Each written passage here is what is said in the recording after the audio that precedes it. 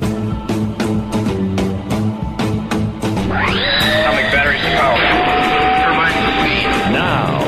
everything old is new again. America's entertainment pop culture talk show. It may well possess a rudimentary intelligence. I'm trying to think, but nothing happens. Felt a great disturbance in the force. Hello, I'm Mr. Red. Come on, Mark, like a dog for me. Where's the goodies? Leave the gun.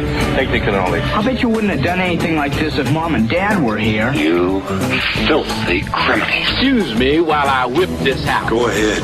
Make my day. Here are your hosts, Douglas Viviani and David Cohen. It's you. You're a gunslinger, right? There are no gunslingers. Not anymore. Why does the man in black want to destroy the tower? The tower protects both our worlds. If it falls, hell will be unleashed. Wow, how about that for a beginning? This is Douglas Viviani on Everything Old is New Again with the rather ornery David Cohen. Yeah, ornery. Why are you so ornery? What's that all about? Well, today's subject is what? Today's subject is going to be the Western. See, I thought you meant Westin, as in hotels. I thought the whole show was going to be about Westin hotels, and I wasn't sure why we were doing that, so I was getting all ornery about it. I wasn't talking about your latest vacation. We're talking about the Western itself. The Western movie. Right. Is it truly a thing of the past? In July, we saw the release of Stephen King's Dark Tower, a tale from an old-time gunslinger doing his thing to save the day. Did you see that one? I did not. You know why?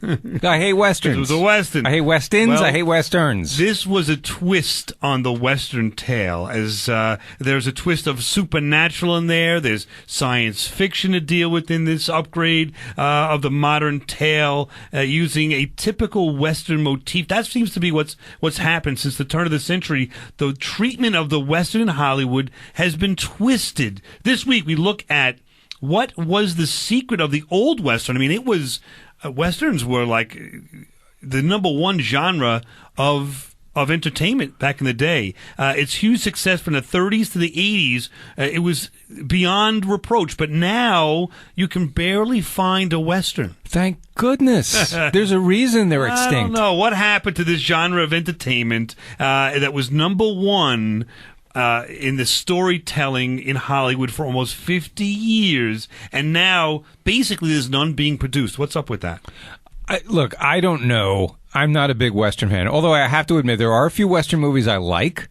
But yeah, I mean, it's interesting. I agree with you. It's interesting how the genre just completely disappeared when it was, omnipresent. Many years ago. But now, I'll tell you, they've done something interesting. They're combining horror and mostly sci-fi with the Western now. Which I kind of like that. Yeah. Which is, it's like the next level. Let's just go all... You know why they're doing that? Why? Because you can't have cowboys fighting Indians anymore. It's not PC anymore. Well, that's why they needed someone else to fight. Let's face it. I guess isn't that the history of the culture, though? Isn't that that's the history of the movies, the movie culture, I guess. But they can't do that. They can't have that theme anymore. All right. Am I wrong? I guess it makes little sense to ignore history. You could do it like Dances with Wolves, which was more sensitive to the American Indian side of things. But the way they were portrayed. Come on, the movies past, back then, you can't have that. Absolutely, anymore. They were Darth Vader, and I think that was totally unfair. There's no doubt. But that was Hollywood in the day, and they were making the cowboys and Indians in their vernacular, and they had to have an enemy. So maybe the sci-fi twist is the way they're reinvigorating it. Not bad, not a bad idea. Also, I'll tell you, the American Indian was revered. I shouldn't say revered, but it was he was. In Lone Ranger was given a pivotal part and given some respect. True. So let's go back to square one and listen to a smidge of the Lone Ranger, which is going to give us basically the Babe Ruth of the Western. Hi-yo Silver! A fiery horse with the speed of light, a cloud of dust, and a hearty Hi-yo Silver. The Lone Ranger. I'm glad to have the Lone Ranger helping me instead of against me every time. There you go. You combine the Lone Ranger with that music. And what do you think of that? I mean, have you heard any of the old, Lone Ranger radio broadcasts ever? Not the radio, but I remember as a kid they had the Lone Ranger TV show. I used to watch that and reruns with Clayton Moore. Yeah, exactly. Yes, and Jay Silverheel, I think was his name. Yes, I believe so. That was a great show for kids. It translated a little bit. You still could probably watch it now, and it's basically good versus evil, and you just enjoy the end of every episode, that music, and the Lone Ranger coming along and saving the day. True. And that was the Western. That's where it started from. But since then, again, we're talking about the radio. There are so many incarnations on television alone of Westerns. I'm going to challenge you to read as many as you possibly can in, let's say 30 seconds. I'll time it. Okay. And let's see how many you can read in 30 seconds. All right. And these are basically just going to go through a list I see of Western shows that have been on television in 30 seconds. I'll give you a 5-second countdown. How's that? You ready? Sure. And then these look like these are in alphabetical order. Okay, I'm ready. All right. So we're going to give you 2, 3, 5. Go. The Adventures of Wild Bill Hickok. Can I start over? You can start again. Ready, set, go. The Adventures of Wild Bill Hickok, The Alaskans, Alias Smith and Jones, The Americans, Annie Oakley, Barbary Coast, Bat Masterson, Best of the West, The Big Valley, Black Saddle, Bonanza, Boomtown, Boots and Saddles, Bordertown Branded, Brave Eagle, Brett Maverick, Broken Arrow, Bronco, Buckskin, Buffalo Bill Jr., The Californians, Casey Jones, Centennial, Cheyenne, The Chisholms, Shimmerin' City, Shimmerin' Strip, The Circus Boy, The Cisco Kid, Colt 45, Cowboy G-Men, The Cowboys, Custer, The Dakotas, Daniel Boone, Davy Crockett, Dead Man's Gun, Stop. Okay, you got 10, 20, 30. Well, you did 35 in 30 seconds. And that's how I sling my gun, Doug. I like that. All right, I'm going to challenge you. I'm going to see if I can... I don't know. I doubt that I could beat that, but let's see. Yeah, highly doubtful. Highly doubtful. Challenge me, or would you say keep an eye on the clock, but also one note. Got it. Yep. Okay, ready? All right. I'll start in 5 seconds. Ready? All right. We're ready to go. Set. Go. Cowboy G-Men, The Cowboys, Custer, The Dakotas, Daniel Boone, Davy Crockett, Dead Man's Gun, Dead Man's Walk, Deadwood, Death Valley Days, The Deputy, Destry, Dirty Sally, Dr. Quinn, Medicine Woman, Dusty's Trail, Father Murphy, F-Troop, Empire, Frontier Circus, Frontier Doctor, Frontier Justice, Fury, The Gabby Hayes Show, Grey Ghost, The Gene Autry Show, Gunshy, Gunslinger, Gunsmoke, Hearts of the West, Have Gun Will Travel, Hell on Wheels, Heck Ramsey, Here Come the Brides, The High Chaparral. How many did I got? 5, 10, 15, 20, 25, 30, 35, 39. I win. Thank you. Woo! I cheated. Nice. I'm going to say cheated, but I skipped over like the long named ones, and I did Frontier Class, Frontier Doctor, Frontier Justice, Fury. So I kind of did like shorter names. That's still impressive, though. No, that's it. Yeah, you won fair and square. Thank you. But this list, I have to be honest with you, we just got the Fs. The This Fs. list is like, it goes on. It's 26 pages long times about 7 per page. You do the math. Crazy. That's crazy. about 200 shows that were on television in the Western genre. How many are on now? I believe one. Exactly. That comes to mind. Westworld, right? Exactly. So I don't know. I think that's amazing to me that it's gone. Why is it gone? What did I don't know. What happened to the Western? You tell me. Do you have any clue? Well, as I mentioned, I think part of it was the whole cowboys versus, quote unquote Indians. Right. They just couldn't do that anymore. But also, I think, I don't know, there must have been some cultural shift. I mean, there were superhero movies started to become big for kids, right? G.I. Joe. I mean, there were other genres that popped up and maybe it just got crowded out. What do you think? I think we will. Oh, boy. I think we'll investigate that. After this word from Doug and his electric guitar. There we go.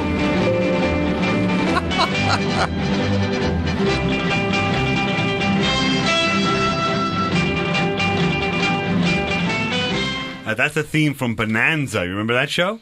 Now, you are not a big fan, you're going to say. I never saw Bonanza. That's how much I hated Westerns. Wow. Gunsmoke. As a kid, I never watched them. As soon as I would see a guy in a cowboy hat, I would turn the channel. Wow. Now, if you were a kid in the 50s, I've been watching just a binging, it was Andy Griffith's show lately. And some of the episodes, you'll see Opie, and he's playing around as a cowboy. And that was the spaceman of the day, or the Avengers of the day, or like back in the 50s and 60s. That was the folk hero that kids would dress up as. Does that make sense? It is. But, okay, so here's what I think. When I saw a Western coming on, to me it was like, here is the same story again.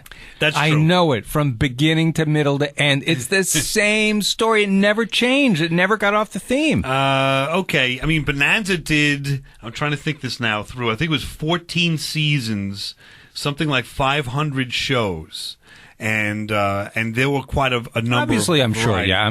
But it wouldn't have lasted that long. Yes, it was more than just the same thing. I guess I'm talking more about the movies. But I agree with you. I would say out of the 500, there's probably like 100 stories, and they just, revisited and revisited. Not like we don't everything old is new again. Talk, goes into the saloon, meets the blonde, blah, blah, blah. They flirt, the gunfight, it's over, he dies, end of movie, see ya. Well, maybe we could look at the movies and see if that will inspire you a little bit more than what we've just heard. We'll be back and everything old is new again right after this.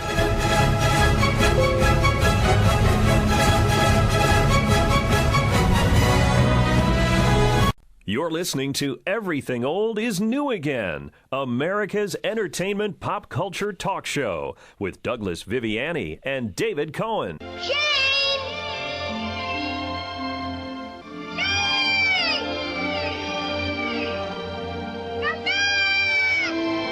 Welcome to Everything Old is New Again. That's Leo calling Dad back when I'm on the way to work in the morning, my 5-year-old son. Or more specifically, that is Shane, the Alan Ladd movie in 1953. This is Everything Old is New Again. We're revisiting Westerns and why and where did they go and why were they popular. David Cohen, I know that you're not a Western fan, but that particular movie, I think you said earlier, you was, held a place in your heart for some reason. Yeah, I enjoyed it. I guess it was a different take on the Western. That's why I liked it. Which was basically the gunslinger who was reluctant, didn't want to be a gunslinger. Right. Was trying to retire. He was low key. He was in with a family there. He made friends with this kid that was maybe 8 years old, and became a kind of a family man hero.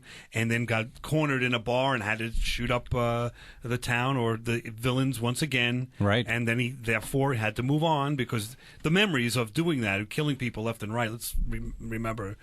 It's not just a movie to them. That this is their story, their life story, right? And so he had to move on. Yeah. So it was a great story that took place in the Western motif. So that's what I liked about it. Right. It was sort of a universal story of, the struggle and whatever, your past, things like that. That's why I liked it. All right, so it was a different take on the Western. When we talk about Westerns, we're going to look at like the movies now, and it's impossible to do it in 10 minutes, but let's just take a look at, let's say, the Lou Gehrig of the Western, which has got to be John Wayne, and see what he did and what, if anything, was attractive about his movies. He did tons of them, and they were extraordinarily successful. And we can take a look at Rio Bravo with Walter Brennan, Dean Martin after the breakup with Jerry Lewis, Ricky Nelson, Angie Dickinson. Let's just hear a little something. There'll never be another like Rio Bravo, with its thundering story of raw courage against overwhelming odds, and its once-in-a-lifetime combination of today's hottest star names. With John Wayne, Dean Martin, and Walter Brennan here, and a new girl, Angie Dickinson. Tell them about Ricky Nelson. Oh, yeah, that's me. Come and see us. Now, Ricky Nelson, are you familiar with this gentleman? Yeah, he was a pop singer from the 50s. Oops, he was huge back in the Sure. day. And then you got Dean Martin, who was... He was like one of the Beatles before the Beatles. What am I saying? Martin and Lewis. Right. I mean, they couldn't have been bigger when they went out. So they had these big stars, in this movie. With I like the newcomer, the new girl Angie Dickinson, who went on to become a pretty famous star. Policewoman, she did in the 70s. right. You remember that? And then Walter Brennan, the old standby. Walter Brennan. That was a great movie. You have to watch that. It's an old gunslinger. Okay. It's Dean Martin's washed up. He's a drunk. He's the sheriff, and John Wayne's had to come in and save the day and get this guy off of the booze and back into gunfighting condition to save the town. Hmm. So how does that sound? Something like the same old story to you? Pretty much. But I like Dean Martin, so maybe I'll watch it for that reason. You give it a shot. Dean Martin without the Western accent. He sounds like a New Yorker. And he's playing a straight role, serious role. Yeah, and he was great. He was very good. It was impressive. El Dorado, 1967, with James Caan playing this character, Mississippi, and who just used knives, not guns. And there's John Wayne. Listen to a little piece of this, see if you can remember this movie. Howard Hawks and John Wayne, who gave you two of the classic westerns of all time, Red River and Rio Bravo. Now add Robert Mitchum to the combination in El Dorado, the story of two close friends who didn't need any enemies to start a war. And with them, a new young star, James Caan as Mississippi, who tries to take on the gunslingers with a knife. There you go. So there's James Caan. Before, of course, what did he do like 5 years later? Godfather. Yes. This was like one of his first movies with John Wayne. How do you like that? So Wayne surrounded himself by these great young actors. Dennis Hopper was in one. Glenn Campbell was in one. So he had people to play off. Also, Forrest Tucker, who was the sergeant in F Troop. He was a villain in one of these movies. Ed Asner was a villain in one. Wow. So he surrounded himself with these great villains, too. He wasn't ashamed or afraid to have up and coming, this is what they were at the time, stars against him or with him. So that, I think, made it attractive there. But these are kind of the same stories. I don't know. There's something, they took a twist here with the Cowboys. Remember this one from 1972? No. John Wayne is a cattleman, and he needs to rustle up the cattle and bring them across the country. And there are no men around, so he goes to a local high school, or a school really, and takes the high school kids, not even high school, they aged maybe 13 to 18 kids, and rustles them up, and they become cowboys. This is their summer adventure. But there is a problem that occurs. Well, sir, you're pretty old man. Yeah, I'm 30 years older than you are. Had my back broke once and my hip twice. And on my worst day, I could beat the hell out of you. I don't think so. You will. You miserable wretch. Mount up. Turn around! I want you to see this coming! I said stop! Oh, and there was the death of John Wayne in a movie. Wow. He did like 235 movies. He died in 4 of them. Huh. And that was so impressive upon me, I should say. It made an impression upon me. I saw that as like let me see, what year was that? I was a 10-year-old when I saw that movie in the theater. Did Bruce Dern shoot him in the back, Yes. or did John Wayne turn around? No, John Wayne beat him up. He was a guy, kind of a nasty guy, Bruce Dern, and his buddies, and trying to steal the cattle from the kids and all that. And John Wayne stopped him, beat him up, and John Wayne just gave him no respect and says, "Hey, you miserable wretch." And he's walking away from him, and he gets shot in the back. Oh. Yeah, Bruce Dern. That's terrible. Yep. 3 other movies he was killed in. You have any clue? Any ideas? Yeah, of course not. The Shootist, he was killed at the end of the film. The Alamo, he played Davy Crockett. That makes sense. He was killed. And in The Sands of Iwo Jima, he was killed by a sniper's bullet. But that's it. I mean, it's just a little piece of it. But back onto the Western thing, are these all sounding the same to you? What would it sound like if David Cohen was a Western star back in the day? You mean following in the footsteps of James Caan and Ed Asner? Exactly. In other words, a Jewish cowboy? Is that where you're going with this? Listen, put that gun down or I'll shoot you through your face, you schmuck. David Cohen as the Lone Ranger, too.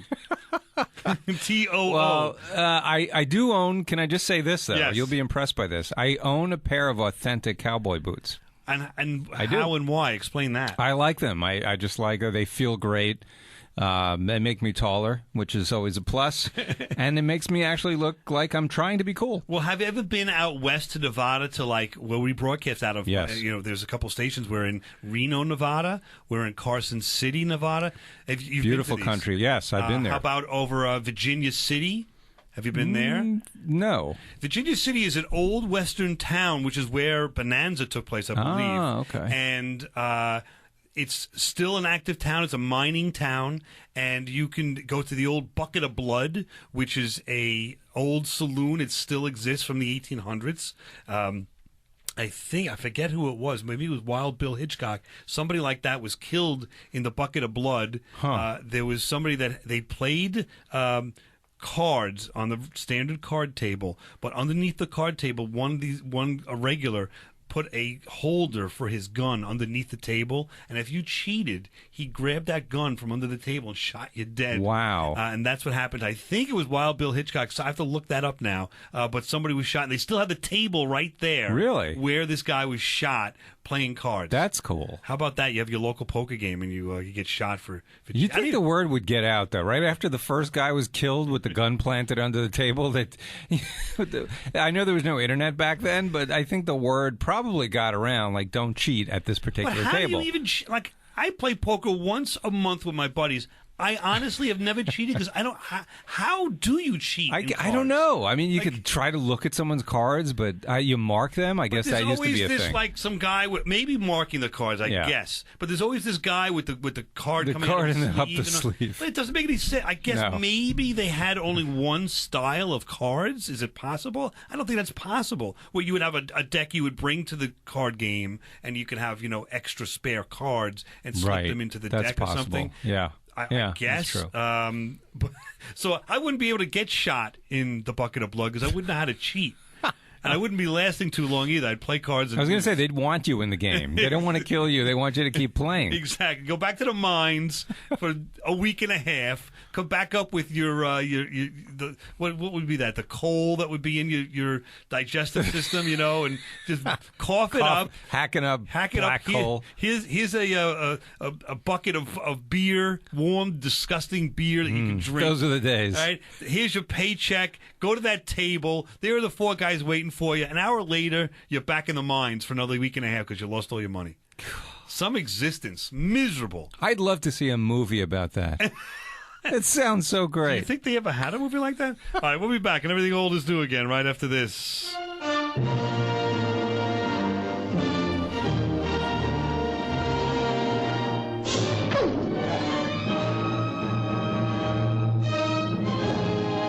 That's the theme to Rio Bravo, if you didn't know. I mean, it's very well known. It's the Godfather theme. It's, let's see, whatever's another famous one. Wait, you're putting that up there with the Godfather theme? Back to the Future, the Godfather, and Rio Bravo. Okay. I don't think that works, but all right, if you want to go with it. Sounds good to me. So are we getting anywhere with the Westerns? Where at least we've laid the groundwork for the Western, what it's all about, refreshing people's memory. Yeah, and I'd be interested to see Rio Bravo. I mean, you've kind of piqued my interest there. Or the one where Bruce Dern shoots James John Wayne in the back. Yep. Okay. I'm telling you, there are some really good Westerns. I agree at some point, though, enough is enough. Yeah. What's the one with Humphrey Bogart? We don't need no stinking badges. The Treasure of Sierra Madre. Was that really a Western? Not really. No. Okay. There were horses and people hats. with hats. Yeah. And maybe a gun. It was a gun, and they were up against Mexican gunslingers.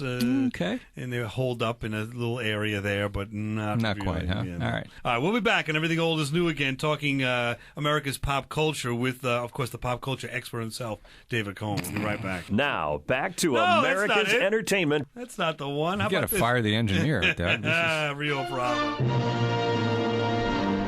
Now, back to America's entertainment pop culture talk show. Everything old is new again with Douglas Viviani and David Cohen.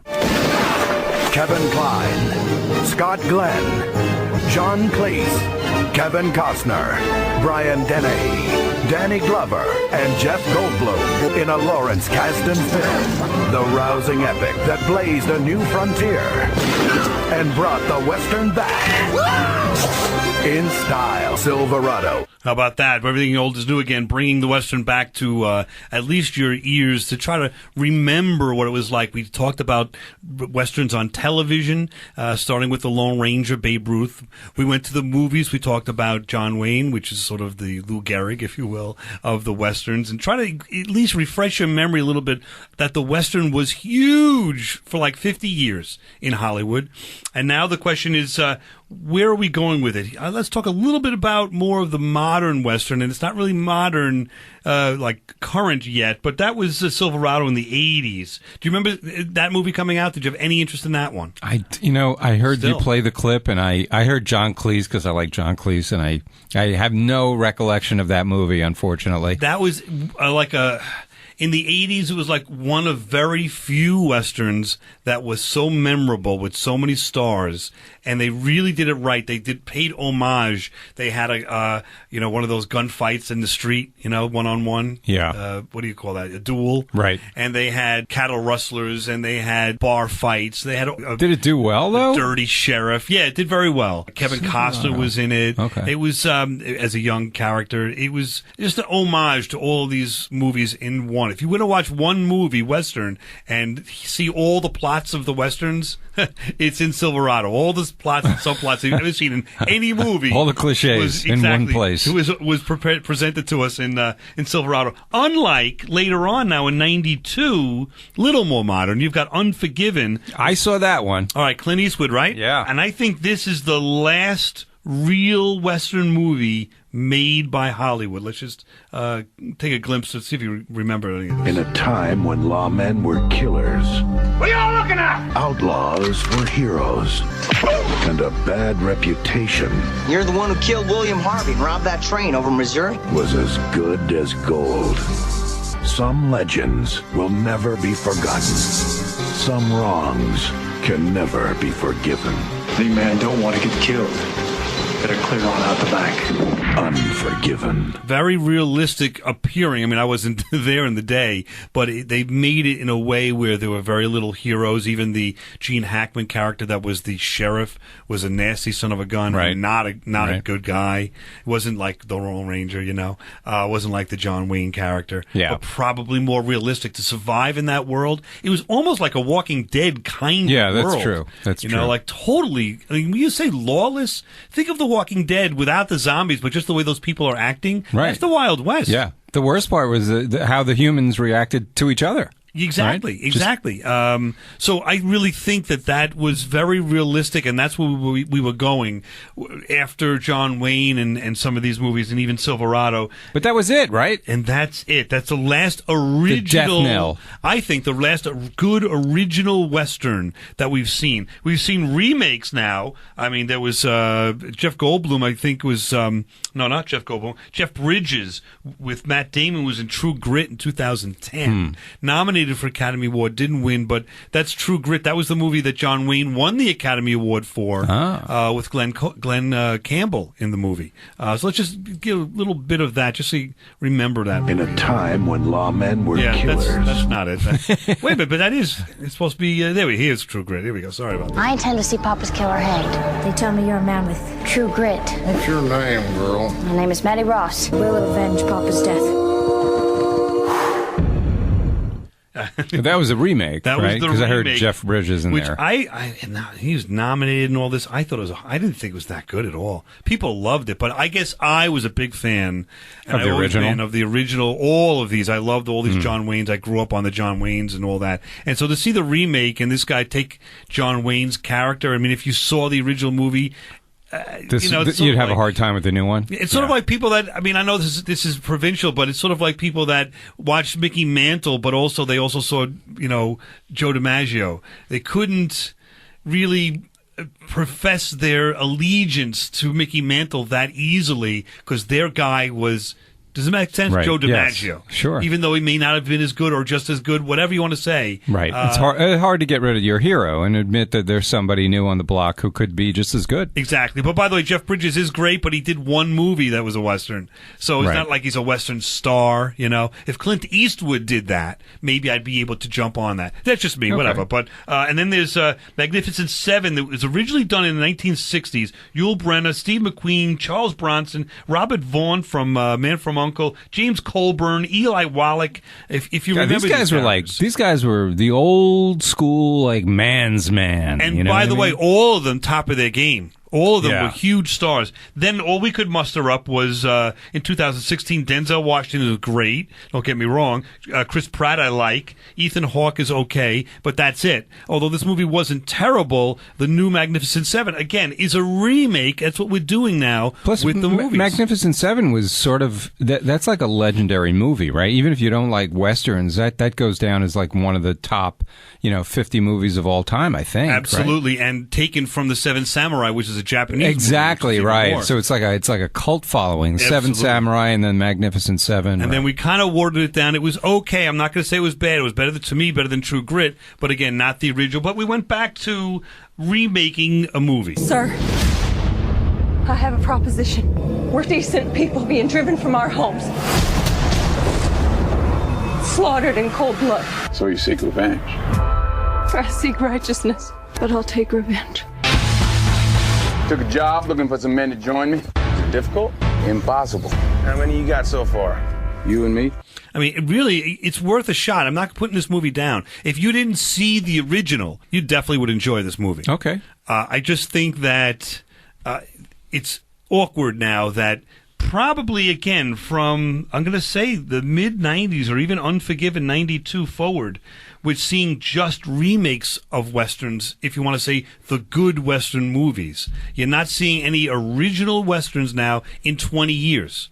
And it's odd. It's like saying we no longer read a book or something. I mean, it was that ingrained in society for 50 years, and it's gone. We've tried it, but any reason why this, I don't know, other than I think you're right, it's just been done. Every story's done.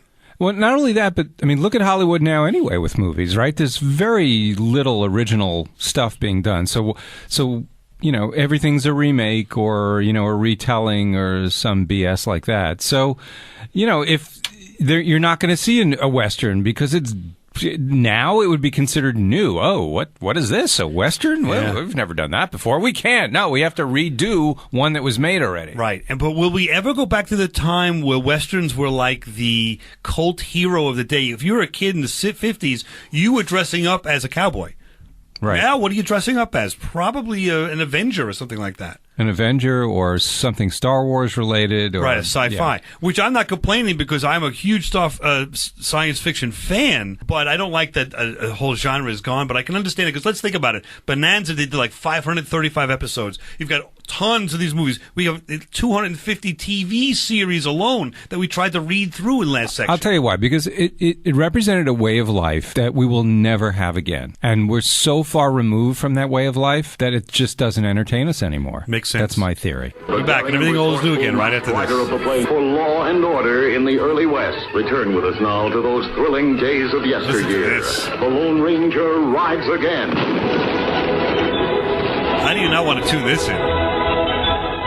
This is Everything Old is New Again, America's entertainment pop culture talk show with Douglas Viviani and David Cohen.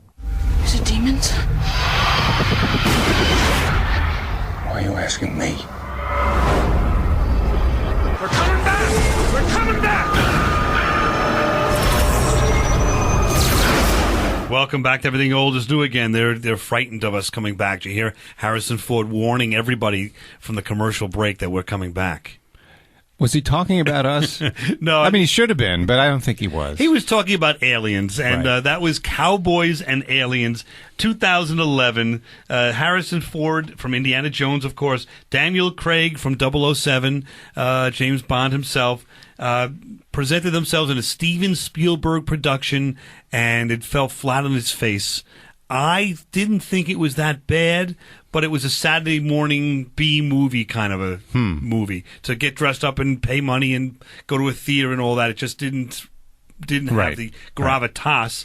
But that's the way of the Western these days. The Western with, in this case, a touch of aliens and the gunslingers fighting aliens. Is that the future of the Western? Well, you just said it yourself. I mean, it was a colossal failure.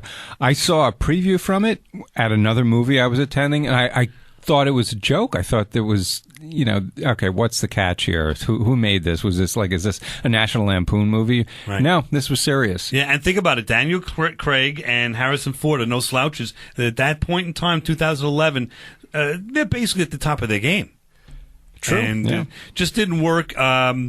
And I think, again, we're just seeing that, just to finish the point, was there's so many TV shows, there's so many movies, there's so many radio shows, there's so many stories that are out there. And I think every one of these 250 TV series and hundreds of movies have explored all of the topics over and over again that you can possibly explore with a guy with a gun on his on his hip. So that's where we're at. Right. So I think I don't know. Do you think that the Western's going to come back in any way, shape, or form? I mean, other than, well, I guess we're going to talk about Westworld soon because that's a big one. But, other than Westworld, no. I don't see it. I really don't. I kind of agree with you. But on the other hand, Westworld is a Western, but it's not a Western because it's really a lot more of a character study, and it's an evaluation of the human condition versus being a robot or plus that world doesn't exist. As I was saying earlier, we can never go back and live in that type of culture again. So it's a relic of the past. So what Westworld is doing is they're seeing it for what it is, and they've recreated that time as a joyride for current modern civilization. Exactly, and they're doing it so well on HBO. Let's listen to a smidge of that just to get you hopped up for the next season. Welcome to Westworld. All our hosts are here for you. Behave here. We're miles beyond the glitch here. I'm terrified. I think there may be something wrong with this world. Something hiding underneath.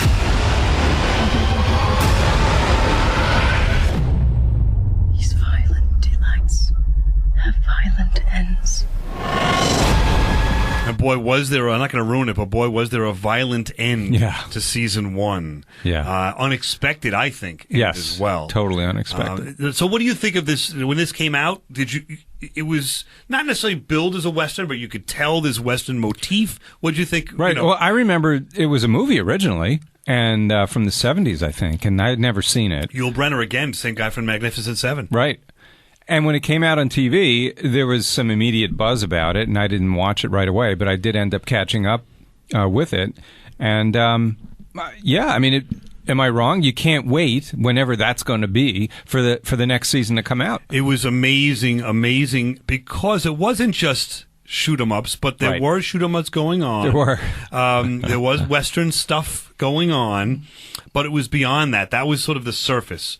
Underneath Westworld, underneath psychologically and physically, you've got this world of espionage going on. You've got, if you will, corporate espionage. You've also got with humans. You've also got this discussion of what's it like to be human, and what are these beings, these robots, thinking about. Are they alive or not? They want to be alive. What's it feel like to be alive?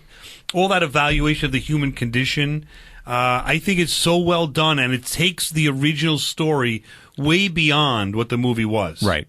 The original movie, if you remember. You remember the movie? You know what it was about? I remember generally what it was about, but no, not specifics about it. It was basically a theme park gone wrong. It could have been roller coasters for all we, that went wrong, and you couldn't get off a roller coaster and it kept on going around or whatever. It was just a mechanical problem, and Yul Brynner was the robot that went around and started shooting human beings, and how do we turn down and turn off all these robots? That's fine, but this series goes beyond that. Yes. That happens, but the question is, why is it happening? What's going on? What are these people thinking, or what are these robots thinking? And I think it's just a great evaluation of the human condition, and that's where it's going to work. But the Western part of it is superfluous. It could be anywhere. Exactly. Could be happening in future world. Could be in fact, they hinted at some other type of world at the end of Westworld that wasn't the old Western motif, which is kind of intriguing as well. Yes, they have. I don't want to give it away, but in the original movie, so this is not giving that away. They do reference besides Western world, there's future world, and there's, I think, Roman civilization world, what they call it, classic world. I don't know if that's what they're going to do in the HBO. But as you said, those are just those are just sort of just the location motifs that they use to drive the larger point home. Right, and it doesn't have to be a Western, so to speak. It could have been done in any of these other worlds too. Anyway, let's take a look at something brand new. Stephen King, again, using a gunslinger for more or less a horror sci-fi, I guess, fantasy. Hard to define this one. It's you. You're a gunslinger, right? There are no gunslingers. Not anymore. Why does the man in black want to destroy the tower? The tower protects both our worlds. If it falls, hell will be unleashed. That's it, The Dark Tower, and we've apparently you've got. I don't know. Have you read the Stephen King book or books? It's basically what would you say? A signpost. The tower is like a wall, if you will, between like sort of like Game of Thrones, between the two worlds. Okay. And the gunslinger, there's a gunslinger there. That's the hero who's trying to keep death out of this particular location. And Matthew McConaughey plays Death. That's one of your favorite actors, Matthew McConaughey. I don't even know how to respond to that because I haven't seen the movie yet, but I guarantee you, in some way, some shape or form, he's taking his shirt off in that movie. It's going to happen. This guy's got to show the abs off wherever he goes. Well, that's the only part you watch, from what I understand. Nah, I'm kidding. But you know, you dislike him, so I'm sure as an actor and maybe as a person, you don't know him personally, but how do you think you would enjoy the movie knowing that this guy is in it? Yes, because he's playing an evil character, and usually in the movies the evil character goes down in flames at some point, and so therefore I will cheer. It's good to have him as a villain. I will cheer on this gunslinger to destroy, do Matthew away McConaughey. with Matthew McConaughey and his who's the other guy? Who's the gunslinger? Do you remember? I don't know the actor. I didn't mean to put you on the spot like that. But it is a movie from 2017. You'd think I would know, but I don't. But it's done pretty well, but it's not gangbusters. But again, it's the Western motif. There's a gunslinger, and that's basically where it ends in terms of the Western. The Western, to me, unfortunately, is dead or dying, and all right, that's okay too, because there are other things that have taken its place, and I do enjoy Marvel Comics. I was dying for that as a kid to become a movie or movies, and now we've got all of that. Superheroes everywhere, galore. So I guess we've replaced, I think you could say, maybe, my theory is we've replaced the hero of the Western with the superhero. I think so. I think that's a good way to put it. And there are probably a lot of the similar, same kind of stories going on in some of these. By the way, it's Idris Elba is the guy from The Wire. There you go. He might kill Matthew McConaughey. Exactly. Who knows? And, it depends. Like this disdain I have for McConaughey, should he actually respond to one of our requests someday to come on Everything Old is New Again, we may actually enjoy. Why would he, though? I mean, you know what I mean? Because with one of the up-and-coming radio shows in America. Let's listen to Glenn Campbell. This guy. I could just drown out that argument with music. Right, that's Glenn Campbell. We'll be back. Everything Old is New Again next week.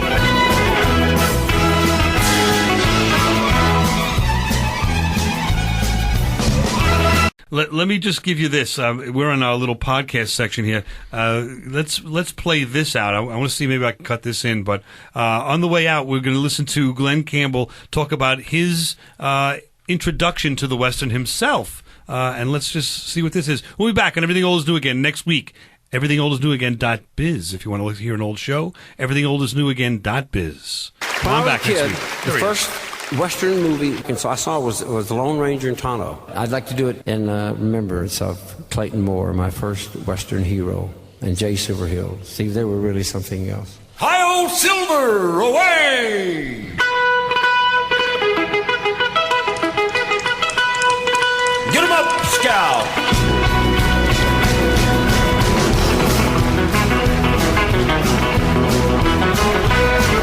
That's pretty good guitar playing. You got to give him credit. He was an amazing musician. That's the thing. That not a lot of people knew about that.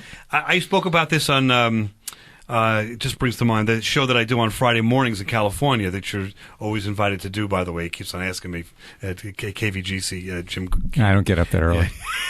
But I was saying that he's a kind of a guy that in the 70s you appreciated but kind of got tired of or maybe ignored because the music was okay, but you heard it so much that you sort of brushed it aside. I almost felt the same way with Prince in a way. I heard the music so much in the 90s that by now I wasn't fresh in my mind anymore. Does that make sense? Yes. I wasn't tuning in Prince now, or not. You're not turning on Rhinestone Cowboy now or whatever.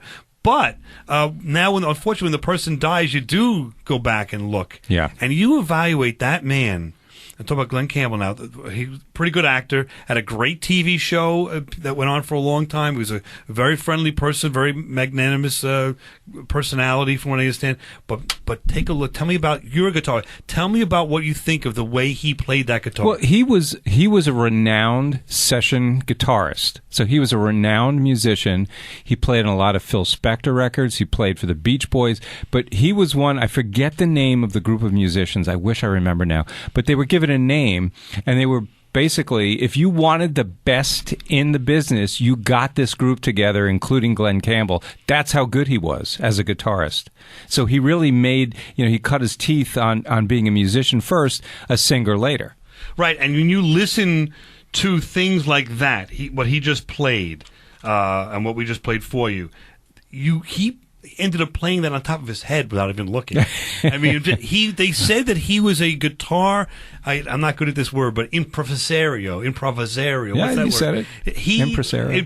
He was beyond reproach. The man was an expert guitar player that could play lead for Zeppelin if he wanted to. Right. Does that make sense? I mean, he wouldn't have wanted to, but he could have done that easily. Right. And he happened to have a good voice, and he was discovered that he had a great personality for TV, so he ended up, I think he filled in for the Smothers Brothers. Yes. They set him up to do like a summer show while they were away. Yep. And TV execs loved him and actually gave him his own show. That's amazing. I mean, that's a little tribute to Glenn. Oh, let me just say one thing I was going to say is it was 1988. I was lived in California. I took a trip with a friend of mine in 88 to Reno, Nevada.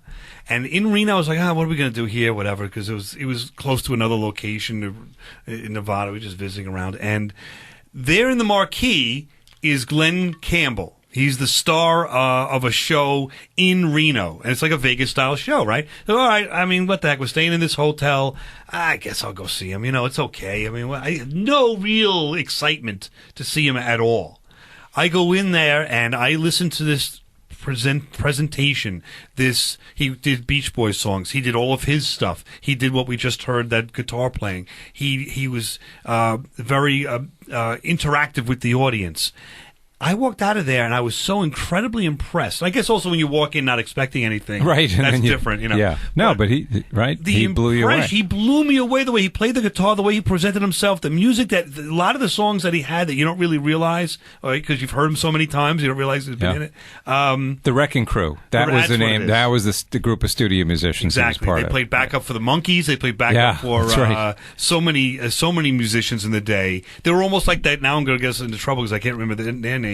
But there was a band in Motown that played the studio band in Motown, played backup for all the Motown records. So they were familiar with that too. It's a shame because these bands are so talented and in so many records that you don't realize who they are. And Glenn Campbell's like one of the only ones we know that came out of them and made a solo career out of it. All right, let's listen to this. Just on the way out, part 3. Everything old is new again. We'll come on back next week for some more pop culture entertainment. Hi-Yo Silver, away!